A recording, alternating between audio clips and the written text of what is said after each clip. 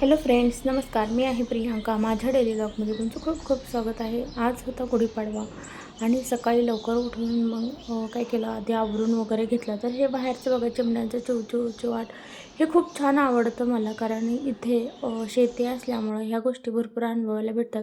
त्यानंतर अंघोळ वगैरे सगळं झाली होती माझी. आज लवकरच उठून सगळं आवरलं होतं आणि डाळ शिजायला ठेवली होती. त्यानंतर म्हटलं आधी गॅलरी वगैरे स्वच्छ करून घेऊया, नंतर फरशी पुसून घेऊया, कारण आज गुरुवार पण आहे आणि आज पाडवा पण आहे. त्यामुळं सगळं स्वच्छ वगैरे करून घेऊया असं माझं सकाळपासूनच चालली होती कामं. त्यामुळं काही जास्तीचे ब्लॉग मी बनवले नाही आणि घरात पाहुणेसुद्धा होते. त्यामुळं जास्तीचे काही व्हिडिओसुद्धा मला काढता काही आलेले नाहीत. तर नारळ वगैरे सोलून घेतला आणि त्याच्यानंतर स्वच्छ अशी गॅलरी धुवून घेतली. जो बांबू असतो, जो कळक म्हणतात त्याला, कोणी कोणी भरपूर काही म्हणतात, तर ते चांगलं स्वच्छ धुवून घेतलं. त्याच्यानंतर आज गुरुवार होता म्हणून स्वामींचा अभिषेक वगैरे करून घेतला आणि छान अशी पूजा वगैरे करून घेतली.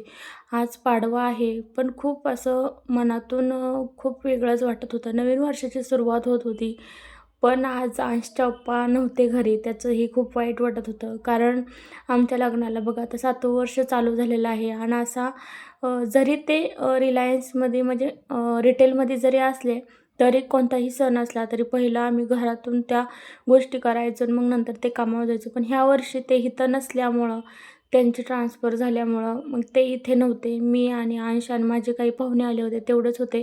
पण मनातून असं खूप एकटं वाटत होतं, कारण आजच्या दिवशी मला ते हवे होते आणि अ, त्यांचं रिटेलमध्ये असल्यामुळं त्यांना येणं झालंच नाही. सकाळपासूनचे ब्लॉग बनवील असं भरपूर गोष्टी काढायच्या असतात मला, कारण जसे की मी पाडव्याचे जसे मी यूट्यूबचे ब्लॉग बनवायला लागलेले आहेत, तसे मी बऱ्याच गोष्टी त्यामध्ये शेअर करत असते. आमचे फोटो या गुढी उभारतानाचे व्हिडिओ वगैरे हे. तसं आज मला आतून काही असं वाटतच नव्हतं. तरी पण बऱ्याच गोष्टी, आता हे नवीन वर्ष सुरू होते, नको आपली इमोशनल वर्षभर तेच जातील म्हणून आतून म्हणजे असं चांगल्या गोष्टी करण्याचा प्रयत्न करत होती. तर छान अशी देवाची पूजा वगैरे करून घेतली, स्वामींचा अभिषेक वगैरे करून घेतला आणि त्याच्यानंतर रांगोळी वगैरे काढून घेतली, गुढी उभारली. माझा भाऊ होता, तर त्याच्याकडूनच मग मी गुढीसुद्धा उभारून घेतली होती. तर गावाकडचे जे असतात त्यांना कसं व्हिडिओमध्ये वगैरे यायला एवढं आवडत नाही, तर त्याच्यामुळं मग मी त्यांना काही ब्लॉगमध्ये घेतलं नव्हतं आणि आत्या वगैरे ह्या पण होत्या, पण त्यांनासुद्धा जास्त मी काही ब्लॉगमध्ये घेतलेलं नाही.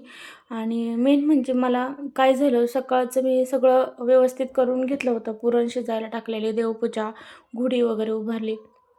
गावाकडच्या लोकांना कसं एका जागी बसायची सवय नसते, त्यांना त्रास होतो. तसंच सेम आत्यालासुद्धा त्रास झाला आणि मग काय बाकीच्या गोष्टी काही करताच नाही आल्या. ब्लॉगमध्ये मला सदस म्हणजे भरपूर सारे व्हिडिओ मला काढायचे होते, त्यासुद्धा काही काढता नाही आली. मग त्यांना असं अचानक उलटी वगैरे होत होती. मग मला त्याचं टेन्शन येत होतं की आपल्या गावाकडून आलेले आहेत आणि त्यांना हे सूट होत नाही आहे पुण्यातलं जे आहे आपलं आपण राहतो ते, कारण गावाकडच्यांचं थोडंसं वेगळंच राहतं. तर त्या गोष्टीसुद्धा होत्या आणि हे नवीन वर्षाची सुरुवात, आज गुरुवारच्या दिवशी पाडवा, नवीन वर्षाची सुरुवात होत होती. तर ह्या माझ्यासुद्धा घरातल्या काही गोष्टी होत्या, तर ते सुद्धा माझं करणं चालू होतं आणि आजच्या दिवशी मी खूप मिस करत होते. ते फक्त अंशच्या पप्पांनाच मिस करत होती, कारण ते हवे होते. नवीन वर्षाची सुरुवात होती, घरात पाहुणे, पण कामानिमित्त ते इथं नसल्यामुळं भरपूर असं म्हणजे शब्दात नाही सांगू शकत मी, की मला आजच्या दिवशी असं झालं होतं. आणि मग काय अंशबरोबर थोडीफार मस्ती वगैरे चालू होती, त्याचंसुद्धा चालू होतं. त्याला गुढीपाडवा कसं हॅपी बोलायचं हे शिकवत गुढीपाडवा होती. सगळ्यांना सगळ्यांना.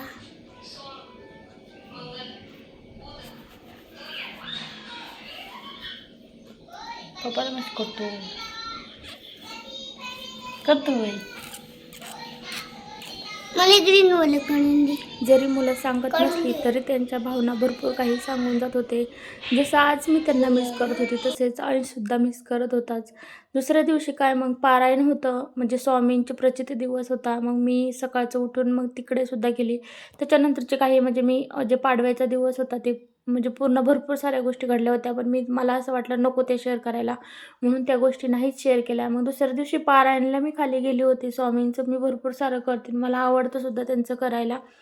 मग मी स्वामींचं जे पारायण होतं 1 दिवसाचं स्वामी स्तवन जे पुस्तक वाचायचं होतं 21 अध्यायाचं, मग त्याच्यासाठी मग खाली जे आहे गणपती मंडळ तिथे जाऊन मग हे सगळं आम्ही ग्रुपनी करतो. तर त्या पद्धतीने केलं होतं. तिथले म्हणलं काही गोष्टी शेअर कराव्यात तुमच्यासोबत, तर ते सुद्धा शेअर केलेल्या आहेत. तर असा होता माझा पाडवा आणि पाडव्याच्या दुसऱ्या दिवशीचा दिवस जो स्वामींचे प्रचिती दिवस होते हे असे. तर कसे वाटले कमेंटमध्ये नक्की सांगा. आणि हे जे होते हा फोटो मला खूप आवडला. एक काकू होत्या, त्यांनी घरातच सगळं डेकोरेशन वगैरे केलं होतं. तर त्यांनी मला प्रसादाला बोलवलं होतं. तर मी तिथे गेल्यानंतर त्यांचे ते हे काढलं, म्हणजे व्हिडिओ काढला. खूप छान वाटलं. खूप जण खूप काही काही करत असतात देवाचं. मला पण एवढं जमत नाही, पण तरी पण त्यातून जेवढं होईल तेवढं करत असते. तर कसा वाटला ब्लॉग कमेंटमध्ये नक्की सांगा.